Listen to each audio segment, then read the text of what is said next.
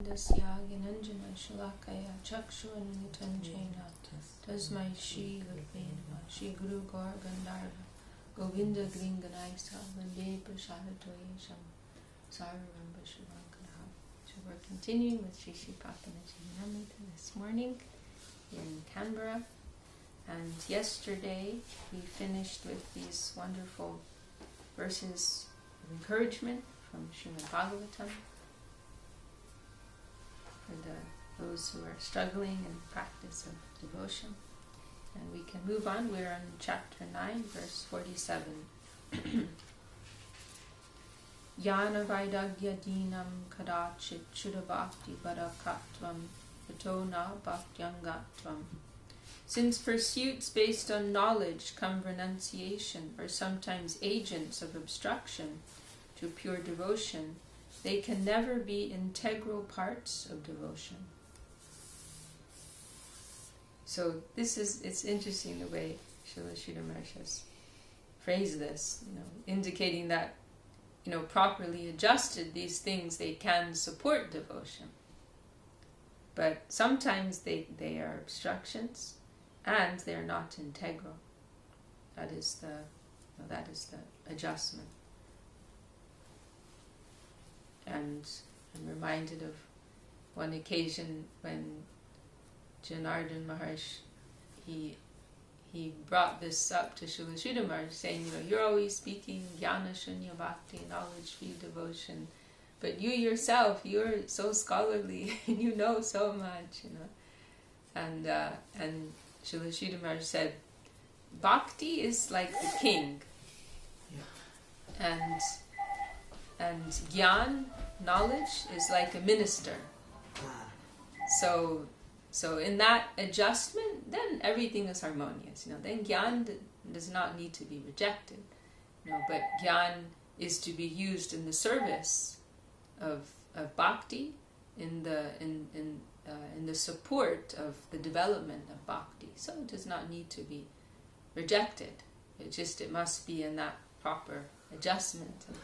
So the danger is if gyan becomes predominant, if that becomes more of a focus.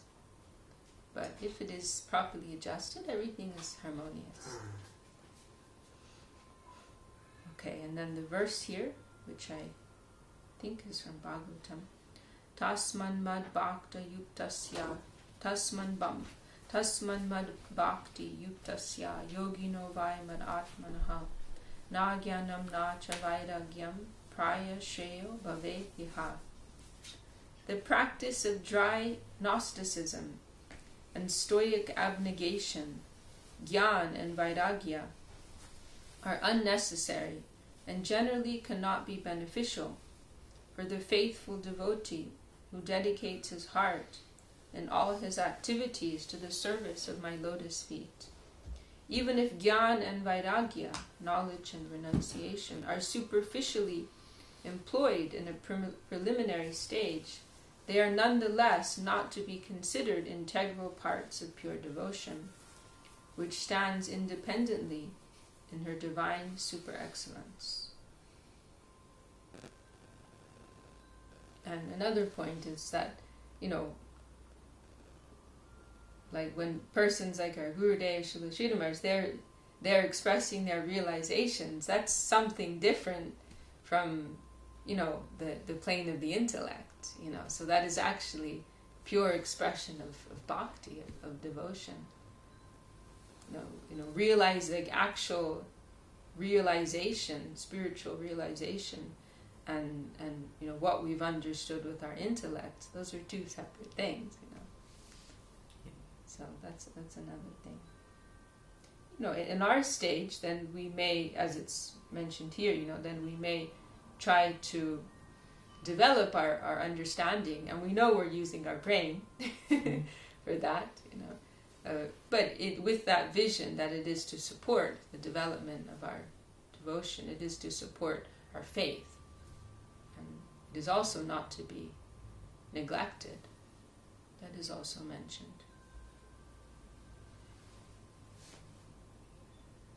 But at the same time, bhakti, as it says here, is completely independent, and that by itself, one can develop just on the basis of that, the connection of the Vaishnava, Seva, one's faith, one's Shraddha can develop in that way exclusively.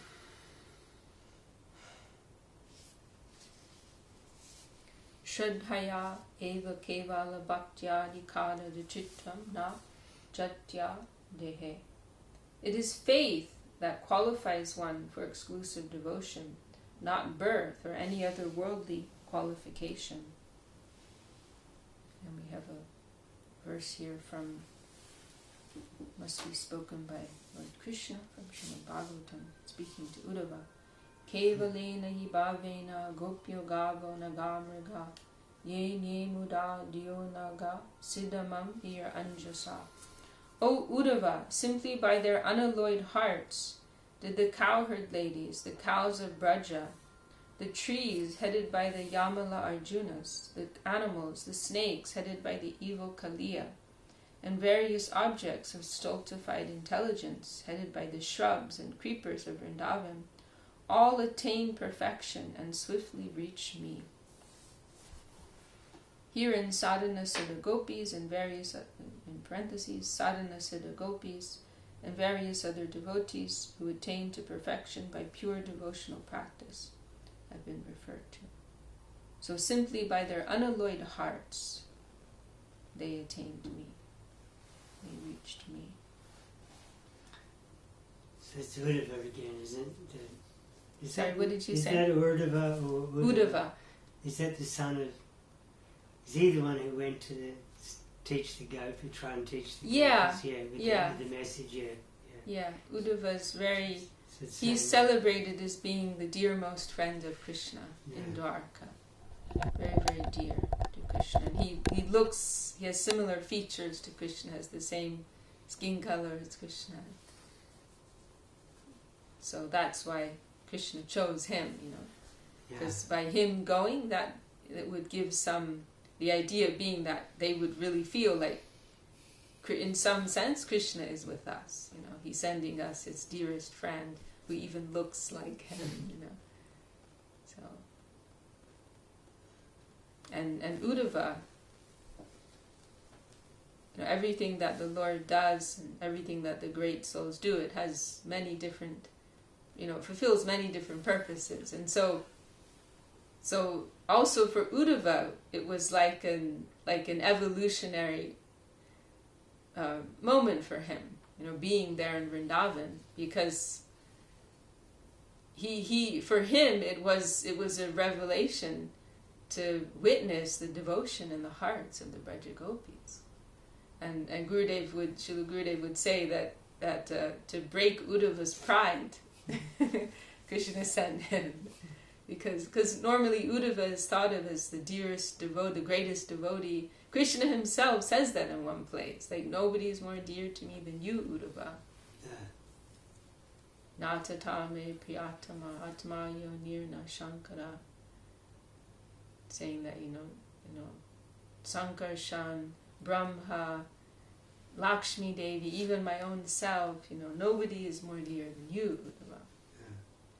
But then when Uddhava went to Vrindavan, he was astonished to see the devotion in the hearts of the Braja Gopis, and he felt, I'm so insignificant, and he made a very famous expression where he says, he prays, I would like to take birth as a blade of grass, in the land of Vrindavan. In Dwarka I have this very high position. I'm the closest, most trusted friend of Krishna.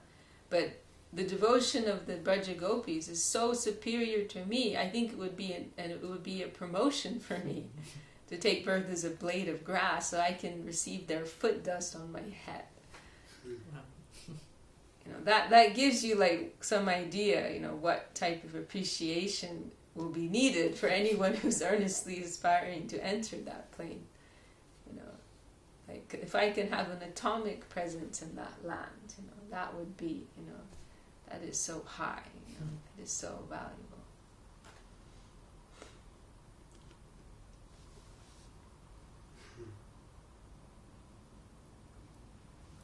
shastra vihita swadharma jaginapi bhagavad bhajanam eva kartavyam. One must worship Lord Hari, even if it is necessary to abandon scripturally enjoined prescribed duties to do so. And this is an often quoted verse.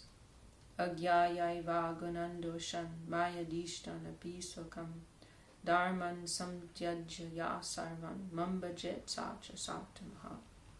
In the scriptures of religion, I, the Supreme Lord, have instructed men of all statuses of life in their duties. Duly comprehending the purificatory virtue of executing those prescribed duties, as well as the vice of neglecting them, one who abandons all allegiance to such dutifulness in order to engage in my devotional service is the best of honest men. So, this is like a higher level test, to be able to give up ordinary duty, if required, for the service of Sri Krishna. The higher duty. And so the Braja Gopis, they are the supreme example of that they are ready to sacrifice their reputation, adherence to the Shastra in order to serve Krishna.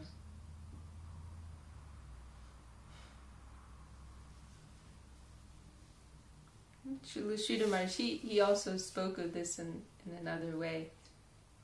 He said that the primary characteristic of the Rupanuga devotee will be to break the law.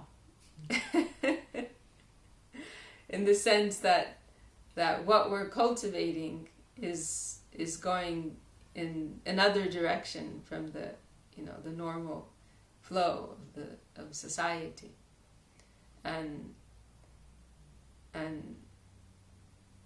he explained like how we can apply this in our lives, and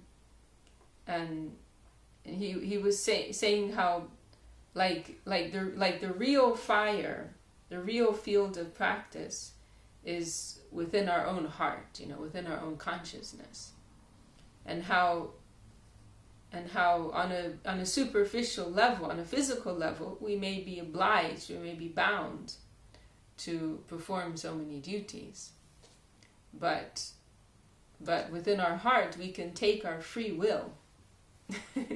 We can take our free will to Krishna. In that sense, that may be how we can best express this. It may not be that physically we're able to do that, but within the plane of our will, we can take that to Krishna. We may be trapped, and even in terms of our own nature, we may be bound with certain tendencies, habits, and it's difficult to become free of them. But that free will, we still have that within us, that inner element of our own will, and we can take that, offer that to Krishna, pray that he can claim us.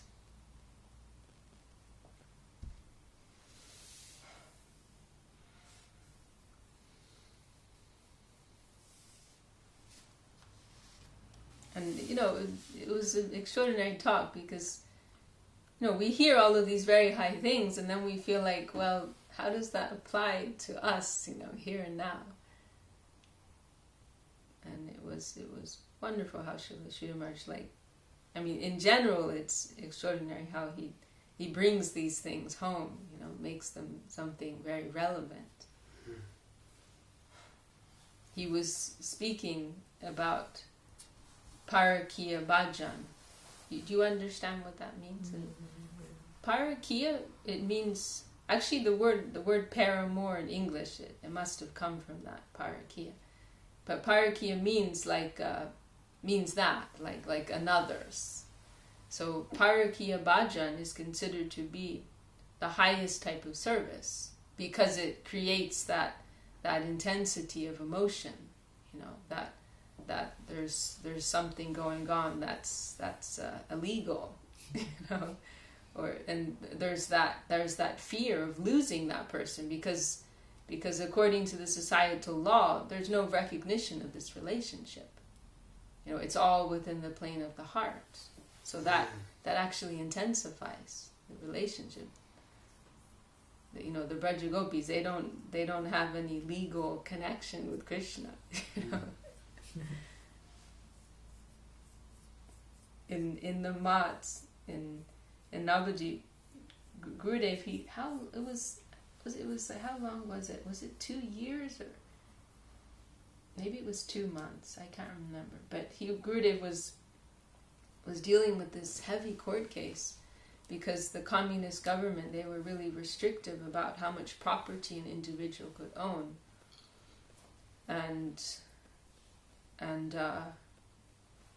so the mat there was like a limit to how much one person could own, and our mat had something over that, and so this was going on for months, and it was so stressful. Gurudev mentioned, I don't remember how much it was, but he lost like a lot of weight, and it was every day he had to take a train to go to the court in Kalana, which is about 40 minutes away, every day going back and forth to the court. But what he established with the help of a very excellent lawyer was that the property is actually registered in the name of the deities, and so Gurudev, with the help of this lawyer, he established that there's 4 entities there. There's Guru, Gauranga, Radha, and Govinda. So they're each as individuals entitled to a certain amount of land. And so then the court, they argued, well, Radharani cannot have her own property because traditionally the women, whatever they own is their husband's, so she can't have her own. But then with the help of this lawyer, Gurudev established that they're not married. They have a paramour relationship. Huh. So she's entitled to her own distinct, piece of land. So they have no legal relationship. So this is considered to be the highest type of service. It brings about the greatest degree of rasa. That exchange of love. And Srila Sridhar Maharaj also explained that this principle of parakya, because it is mentioned in the scriptures, but Srila Sridhar Maharaj, he had such deep understanding of things, and he explained that these are very high topics, but every now and again we can bring them up to have develop our appreciation for what our gurus are giving us. So Srila Sridhar Maharaj explained that this principle of parakya, it actually pervades all the rasas in Vrindavan. It's not only in the rasa of Madhura Ras, the conjugal relationship, but that this principle of parakya, it pervades all of the relationships. Krishna's mother, because Krishna, he is born in Mathura, right, and then he's brought to Vrindavan. So there's always this thought in the backs of people's minds, Krishna's, people are saying Krishna's not really ours. At any moment he could be taken away to Mathura. He has another mother in Mathura. He has other friends in Mathura. So this feeling is of uncertainty, of that I could lose him at any time, that he belongs to somebody else, that I don't really have a rightful claim over him. This feeling is actually, it pervades all the relationships, his parents, his friends, and they all have some tinge of that feeling. And so this one talk that Srila Sridhar Maharaj gave, he was describing how we can apply parakya bhajan in our own practice. and he said that we can conceive of all of the like worldly obligations and duties that we have as the pati, as the husband. if there's in the relationship between a married couple, the husband has rights over the wife. And so Srila Sri Maharaj said we can conceive that all of our duties, our obligations in this world, they are like the pati, they are like the husband, they have some hold on us. But within our heart, we are free, to take our love, our free will in another direction, in the same way that a woman may have a secret lover and her real, feeling is there. And so Srila Sri Maharaj said we can, that we can take that free will to Krishna. I'm entrapped in this situation, but my real heart, my real desire, it is for your lotus feet, my Lord. Like that. Very wonderful things.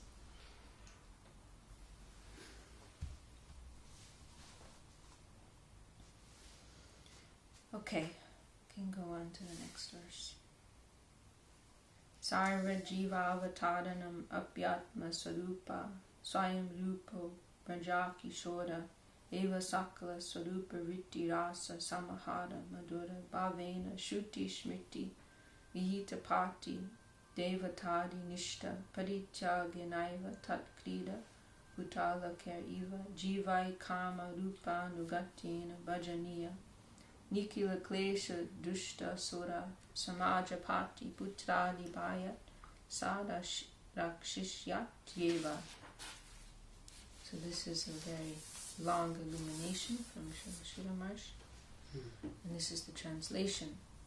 The original form of the Lord is Braja Kishore, the adolescent cowherd boy of Vrindavan, and he is the soul of all souls and of all incarnations of God as well. Actually forsaking the Vedic and allied scriptural injunctions of allegiance to husband and venerable personages headed by the demigods, one should, as the soul's pursuit in divine consorthood, the natural aggregate of all devotional mellows, follow the path of aspiring for union with that transcendental cowherd, exclusively for his transcendental pleasure, and serve him in pure devotion like a play doll in his hands. He unfailingly protects one from the fear of all tribulation, demons, society, husband, son, and family. And these are the verses, and these are very famous verses from Srimad Bhagavatam. And Srila Gurudev described them as like a more elaborate expression of Sarva Dharmam Prityaja. What is the conclusion of Bhagavad Gita, where Krishna is saying to give up everything and come to me. This is a more refined expression, more developed expression of that. Tasmat tvam udavochija chodanam pratichodanam pravrittin cha nivrittin cha shotavyam shutam eva cha mam ekam eva sharanam atmanam sarva dehinam yahi sarvatma bhavena mayasya yakuto bhaya. O Uddhava, totally abandoning the precepts of religiosity incited by the Vedas and corroborated in the Smriti scriptures, rejecting all injunctions and prohibitions, either well known or yet to be known, take exclusive refuge in me, the soul of all beings, Sri Krishna, the sweet Absolute. When you can do that with every mellow of your heart, you will be situated in my heart, and thus not threatened from any quarter. And this verse, I don't feel so qualified to comment it so much, but in Revealed Truth, Srila Gurudev, he discusses this verse at length. We can maybe look at that another time. Gurudev put some emphasis on these verses. O Uddhava, totally abandoning the precepts of religiosity incited by the Vedas and corroborated in the Smriti scriptures, rejecting all injunctions and prohibitions, either well known or yet to be known, take exclusive refuge in me, the soul of all beings, Sri Krishna, the sweet absolute. When you can do that with every mellow of your heart, you will be situated in my heart, and thus not threatened from any quarter. And I think, in particular, in that talk that Gurudev gave in Calcutta that I mentioned, where he was speaking about these concepts of evolution and revolution, he was discussing this then at that time. Because there are these two lines of the Vedas, as we've mentioned a few times. There's the general, like the evolution line of evolution, gradual development. That's one line given in the Vedas. And then there's the revolutionary line, which, as Gurudev said, is knocking that. And so this, and also Sarva Dharma Prajaja, and this like revolutionary line, which, as Gurudev said, is really an extraordinary thing, that Krishna's giving one line of development, and then in another line he's saying, just forget all that. You don't need any of that. That he himself, like he gave that actually. Krishna, as he says in Bhagavad Gita, and we read that the other day, Vedaischa sarver aham eva vedyo vedanta veda krid eva chaham. I am the Veda actually. The Veda came from me, and I know the Veda. So Krishna himself, he gave the Veda, and then Krishna himself is also rejecting the Veda.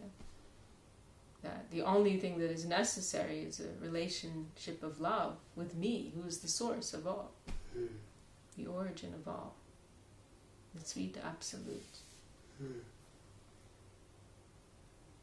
But if you're not ready for that revolutionary call, you're not ready for that wholesale surrender, then you can follow the other line.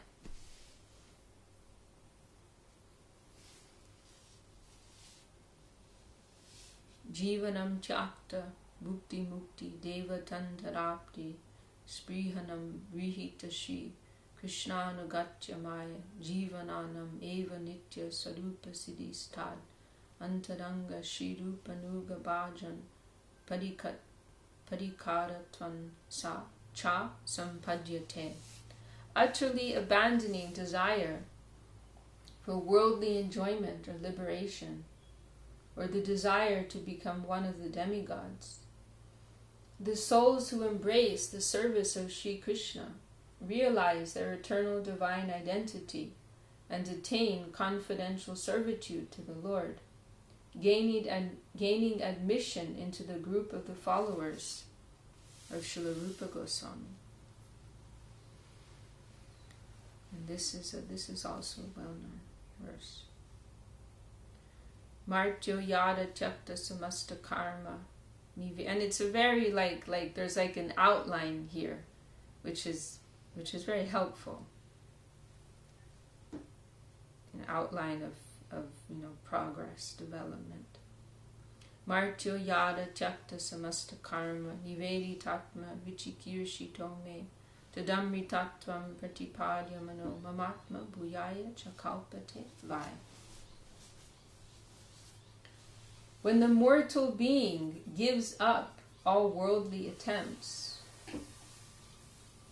which means, selfishly motivated activity, not necessarily, in the physical sense, but within the world of karma, that is what's in the Sanskrit.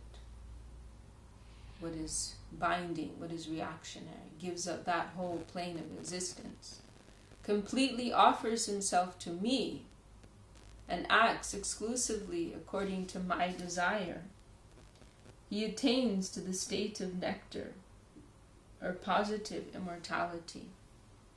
He is then accepted, he becomes qualified to enjoy the acme of divine ecstasy, united with me as my family member. So these different stages are described here. To give up the negative aspect, to give up our self-motivated activity, and on the positive side, to act according to the Lord's will. The wills of Krishna, as Gurudev would say. And also, the way that Srila Sridhar Maharaj there's a place where he's discussing this verse, and he described this as, I think it's this word, vichikirshi tome, that it's not just acting according to the will's desire, why do I keep saying that, the will's desire? Not just acting according to the wills of Krishna, we can say, because that's what Guru would say, Krishna's will, but in this, like in a passive way. But I don't know exactly what that word means, but the way I heard Srila Sridhar Maharaj explain this once, but in this, he said like something like eagerly seeking out how to please the Lord. In that sense, not just this passive adherence to the Lord's will, but of course that's one level of attainment, that's one level of realization, of development, but a higher level, and that we were discussing, I think it was yesterday, this boldness to serve, that they're actually like consciously, actively and eagerly seeking out how to please the Lord, how to serve the Lord. So give up the negative side, give up selfish action, embrace action for the Lord's satisfaction, activity for the Lord's satisfaction, and then one attains entrance into the positive plane, the plane of Amrita. So it's actually quite an interesting verse, because this word martya means mortality, the mortal being. Martya is referring to the mortal being. So then from that, so it's like describing how you can go from being mortal to immortal, Amrita. Then Amrita means immortality, right? So how you can go from martya to Amrita. That's how this is possible. How you can enter that eternal world.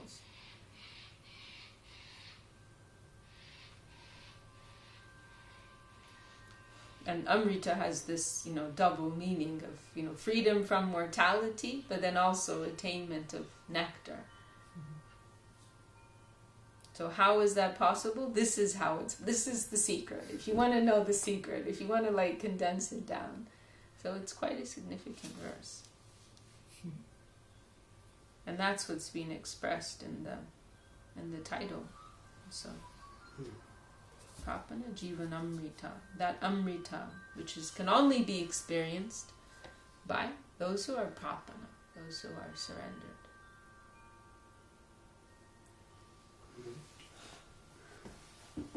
How are we doing for time? We're okay. So to give up selfish, self-centered activity, to embrace God-centered activity, then one achieves the attainment of Amrita.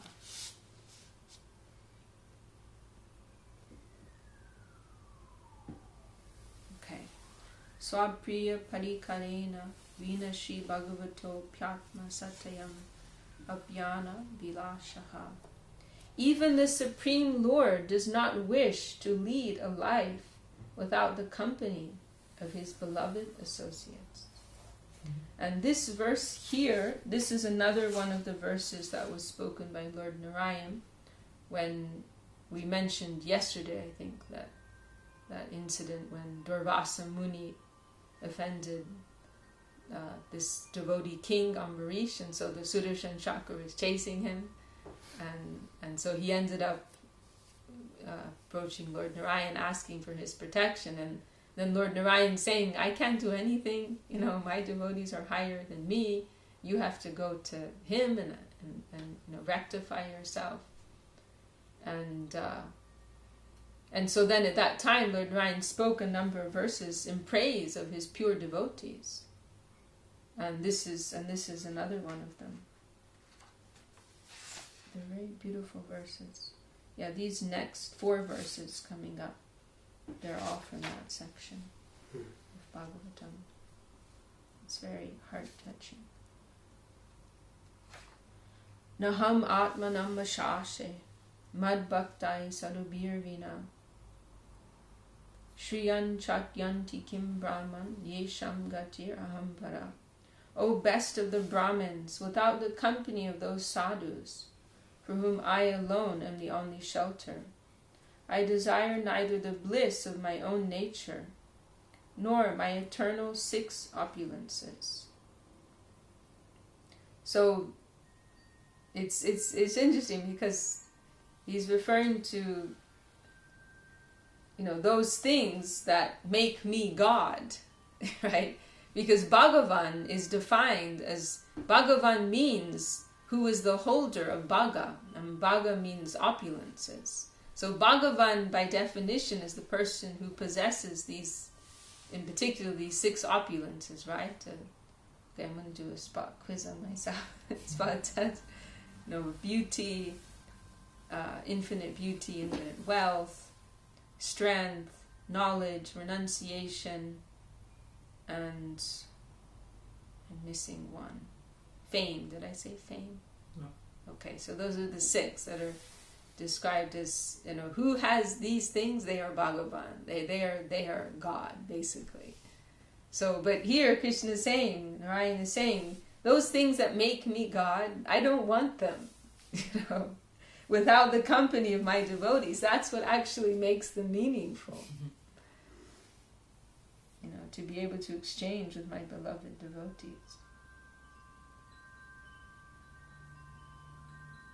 Or the bliss of my own nature.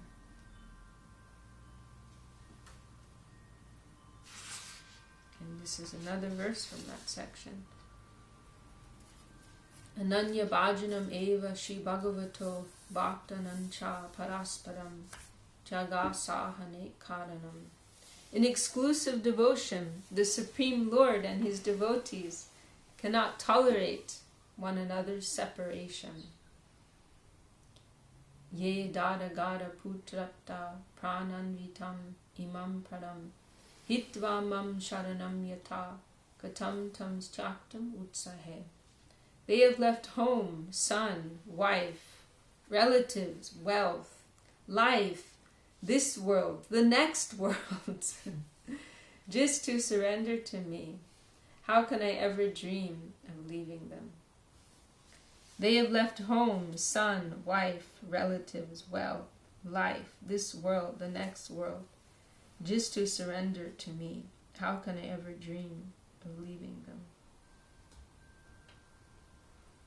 There's one place where Srila Srinivas, he says that even the animals, they feel some gratitude if you do something for them.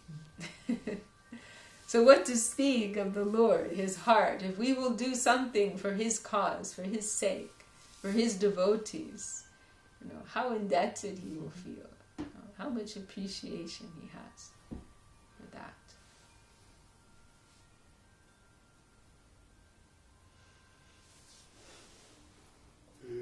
Madhurda sasyaiva Shri Hariva Shikarane Mukyatvam Tatra Dishtitasya Darshanam Eva Sampurna Darshanam. Divine consorthood is the principal subduer of Sri Hari. That's a typo there. And the vision of those who adopt it is perfect and complete. Mahi nirbandha hridaya sadhava samadarshana vashe korvanti mam bhaktya satstriya satpatimyata. As a chaste wife charms her virtuous husband, the sadhus of poised vision who adore me with all their hearts similarly charm me by the influence of their love. Shri Lila Purushottamasya Svecha Krita Swashraya Vigraha Gananugatya Maya Nija Nitya Raja Vastava Mula Parichai Prakashe Priti Tatvasyaiva Mulikatvat Nyayadyasya Tad Ashritatvam Tad Adinatvancha Dvijasya Haribhakta Vashyatvancha Prakashitam. The original Supreme Lord of divine pastimes, the son of the king of Braja, is by nature submissive to his surrendered souls by his own sweet will. And this is like the crowning glory. And this is the last verse Srila Sridhar Maharaj has presented in this section. This is the most extraordinary thing about the Lord. This is the most wonderful thing. This is the crowning glory. That he allows himself, he poses as being inferior to his devotees. That he allows himself to come under the control of his devotees. That is the most extraordinary thing. That the absolute, the infinite, the source of all, by the influence of love, by the power of love, he puts himself in that position. It is the most wonderful thing. And this is, Srila Saraswati Thakur pointed this out, that this is the characteristic of real devotion. This is how one can understand, one can recognize that someone has real devotion. They have that type of power. And this is also mentioned in the 6 characteristics of devotion that Rupa Goswami describes in Bhakti Rasamrita Sindhu, which are, I'm going to do another spot test on myself, Kleshagni, destroyer, Bhakti will destroy all of one's suffering. Shubhara, Bhakti will bestow all auspiciousness, all goodness. Moksha Laguta Krit, that liberation will be made to look, by comparison, very, very insignificant, very small, very light, nothing. The liberation, which is normally celebrated as being such a great attainment, moksha, but for one who has attained bhakti, that will appear very, very negligible. Sanjananda Visheshatma. It will be, bhakti will be the bestower of the most intense kind of joy, ananda, bliss. And then I always miss one. Yeah, I always miss one. But the 6th one is Shri Krishna Karshini Chasa. Means that it has the power to attract the Lord. It will bring the Lord to oneself. It has that type of power. So this is what is being expressed here. The original Supreme Lord, and this is the glory of Braja. This transaction is going on all the time in Vrindavan. Krishna's parents are giving him orders. They're correcting him. The background, the foundation of it all is the most intense kind of surrender and love. But on the surface, that's how it is expressed. It may be expressed like that. In Loving Search, there's that beautiful line of Srila Sridhar Maharaj that he carries the shoes of his father on his head. He falls at the feet of his beloved. All of these most extraordinarily charming exchanges are taking place there. The original Supreme Lord of divine pastimes, the son of the king of Braja, is by nature submissive to his surrendered souls by his own sweet will. In the manifestation of the Lord's eternal fundamental identity, it is revealed that because love is everything to him, law is naturally dependent upon and thus subordinate to love, and a Brahmin is subordinate to the devotee of the Lord, because this Durvasa Muni, he's a Brahmin, he's a big Brahmin, which has an important position traditionally within Vedic India. But Ambarish, who's socially in a lower position, because of his devotion, his position is higher. You can't really even compare. So this is the verse. And I'm sorry, I'm wrong. This is not the very last verse. It is the penultimate verse of this section. Aham Bhakta. And this verse, Srila Sridhar Maharaj would quote this, many times he's quoted this verse. Aham Bhakta, illustrating all of these things. Aham Bhakta paradino yasvatantra eva dvija sarubir grasta hridayo bhakter bhakta janapriya O my dear Brahmin, I am subordinate to my devotee, and therefore I am like one who has no independence. And this word eva is there, which means like as if, like actually I am independent, but I take on this posing. It is as if I have no independence. I choose to take that position. In the same way that a parent may take the posing of being inferior to their child, right? Actually they're not, but in the exchange of love, then one chooses to take it. It's a very charming thing, very wonderful thing.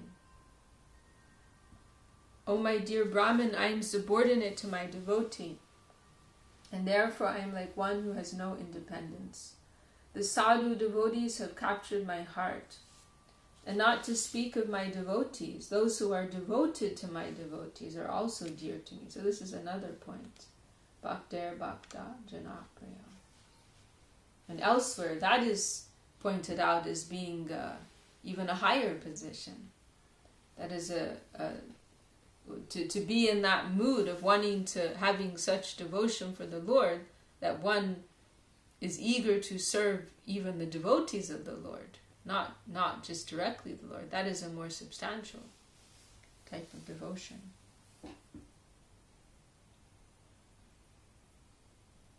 Okay, there's just the very last verse now, this chapter. Sri Krishna Prapanna-jivanamritam Tyaktakila Sajana Sadharmeshu Tatpadaika Rateshu Tadviraha Kataleshu Shri Bhagavato Nijanama Prema Parikara Vigraha Lila Rasa Pradanena Paramatmiyat Paripalana Pratishruti Rupa Paramashvasavani. For the devotees who have surrendered to the lotus feet of Sri Krishna, who have given up their families and prescribed duties for him, and who within their deep absorption in his service feel broken-hearted by his separation, the Lord's message of supreme reassurance is his pledge, as the most intimate family member, to maintain the life of his devotee, by giving his own name, affection, associates, body, and the ambrosia of his pastimes. This is the verse. Tam maha bhagavan prishtam prapanarti haro hari ye tyaktya lokadharmascha mad arte tan vibarmyaham. The Supreme Lord Hari, the vanquisher of the anguish of his surrendered souls, told his dearmost surrendered soul, Uddhava, the messenger, I personally maintain those who have given up their prescribed duties and social obligations for me. Iti Sri Prapanna-jivanamrtam Sri Bhagavad-vachanamritam Nama Navamodhyaya. Thus ends the 9th chapter, words of nectar from the Supreme Lord, and life nectar of the surrendered souls, positive and progressive immortality.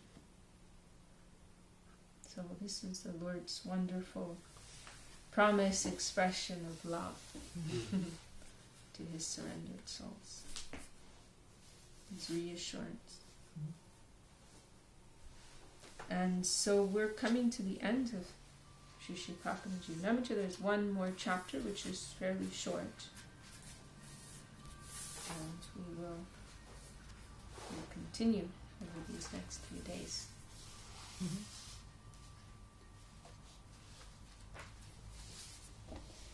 Jai Sri Sri Prapanna-jivanamritam ki Jai, Shri Bhakti Rakshak Shri Gurudev Goswami Maharaj ki Jai, Shri Bhakti Sundar Govinda Dev Goswami Maharaj ki Jai, Shri Shri Guru Gauranga Gandharva Govinda Sundar Ji ki Jai, Shri Chaitanya Saraswati ki Jai, Vishwavyapi Tadya Shakamat ki Jai, Shri Chaitanya Saraswati Acharya Vrinda ki Jai, all the assembled devotees ki Jai, all the world devotees ki Jai, Shri Harinam Sankirtan ki Jai, Jai Gaur.